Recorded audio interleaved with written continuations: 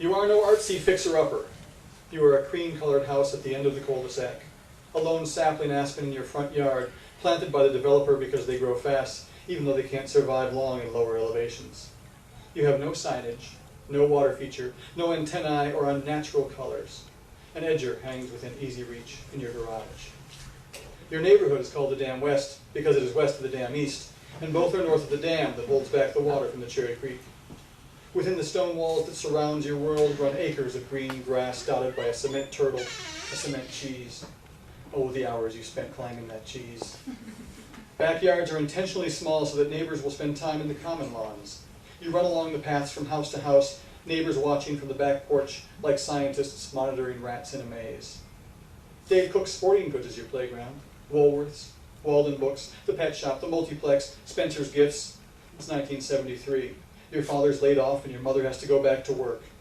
You're 9 and in charge of your 7-year-old brother and your 6-year-old sister because the babysitter just lets you watch TV. So now you get paid for letting your brother and sister watch TV. Family togetherness. Donnie and Marie, Captain and Tennille, Shields and Yarnell, The Carol Burnett Show, Sonny and Cher, Columbo, All in the Family, Good Times, The Jeffersons, Alice, The Bob Newhart Show, Flip Wilson Show, Happy Days, Laverne and Shirley, Love American Style, The Love Boat, Fantasy Island, MASH, Mary Tyler Moore, Maude, Mork and Mindy, The Odd Couple, 60 Minutes, The Waltons. You'd like to say that you did your homework in the afternoon and so were free to watch TV all night, but that wouldn't be quite true.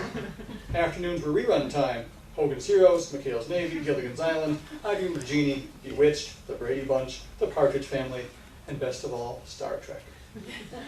Somewhere in between or during these shows, you managed to finish your homework, but you were always frustrated. Why couldn't you just watch Gilligan try to get the bowling ball off his hand? Dinner time, no TV. Exhausted from work, your mother showers while your father cooks. And every night for the 9 years until you leave for college, it's the same. Hamburgers on the grill, hamburger pie, meatloaf, porcupines, ground round patted into meatballs with rice, and on Fridays, chicken. Your mother has to have a clean plate, so when your father is not looking, she scrapes her food onto your plate. You eat it and don't say anything. Once a month you go out to McDonald's, sometimes King's Family Host. Your favorite is King's Family Host. I don't think they have those here in California. Because each booth has a phone you use to order. You love the mystery of the voice on the other end of that line. Mystery can't exist in the suburbs. Every Zenith 25-inch or Sony Trinitron banishes it to the outer dark beyond the hedgerows where the homeless dig through the garbage and the drunks masturbate at passers-by. The roar of the lawnmower or leaf blower drowns everything. You wrap your bikes in red, white, and blue crepe paper. You wrap yourselves in American flags, tie ribbons to your handlebars, wear Uncle Sam hats. When you aren't riding your bikes in the parade, you're jumping up and down on the freshly mown green grass, waving your miniature flags as the fire trucks and police cars roar by, sounding their sirens. Grown men throw Jolly Ranchers, fireballs, and Tootsie Rolls from open windows and the backs of trucks. Always there are veterans of war marching in uniform. You wave at them and they wave back, living G.I. Joes. Never once an amputee rolling his wheelchair down the street. Swim races at 8 sharp, followed by pool games. Your favorite is the penny dive. Hundreds, maybe thousands of pennies dumped in the pool for the kids to fight over. Afternoon is filled with softball, a 3-legged race, a water balloon and egg toss. In the evening, a German polka band plays in the park while your family spreads a magnificent summer feast upon your picnic blanket. Potato salad, fried chicken, canned green beans, apple pie, and watermelon. You eat and listen to music alongside your neighbors, sometimes even dance, but mostly you run around in front of the band and wait for dark when the fireworks begin. You love the fireworks. That's what 4th of July is all about. Wait, that's a lie. The bed race is everything to you. The event scheduled after the penny dive and before the softball game. Yes, the bed race. You spent weeks preparing. You will not lose again to some middle-aged, balding, hairy-backed men dressed in tank tops, nylon shorts, and expensive running shoes. You've taken your licks. The first time you and your friends showed up with a queen-size bed, still sitting on its metal frame with plastic wheels. It took you so long getting the bed out of the house, you were almost late for the race. Then you saw your neighbors, supposedly fine, upstanding businessmen, doctors, lawyers, and architects, each team carrying a twin mattress with a baby on top. No box spring, no frame, no little plastic wheels. And yes, the rules required a passenger sleeping in the bed, but a toddler? You at least had the decency to bribe your friend's 5-year-old sister. You came in last that year, the friction with the pavement melting the plastic wheels halfway through the course. In true Cold War spirit, the next year you brought a twin mattress, again with your friend's sister on top. But it was not to be. Your neighbors came with sleeping bags and air mattresses. They no longer had a need to coordinate their efforts with other members of a team. One could do the job of two. Your team of four began to look antiquated. Yesterday's business model. This year it will all be different. Weeks of planning and preparation, trips to the hardware store, detailed measurements and specifications for what will surely be the Formula 500 of the bed race. And you won't be cheating like your neighbors. You'll use a full-size bed encased in a wood frame, corners reinforced with extra nails.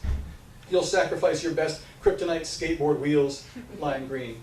You'll mount the wheels on all four corners with tracker trucks. Skateboard Magazine gave them their highest rating. You and a friend will push the bed from the front while your brother and another friend push from behind using carefully designed aerodynamic wood handles. Race day. You arrive late. Let the other teams think they have a chance.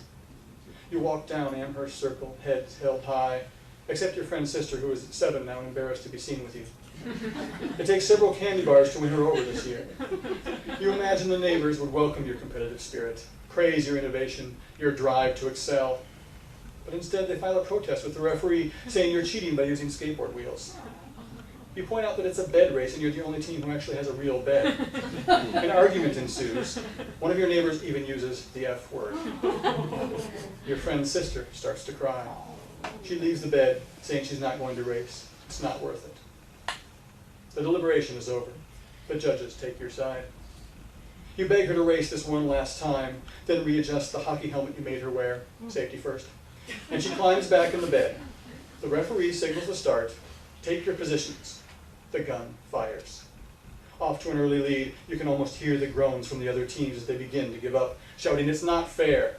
Only the clear blue horizon before you.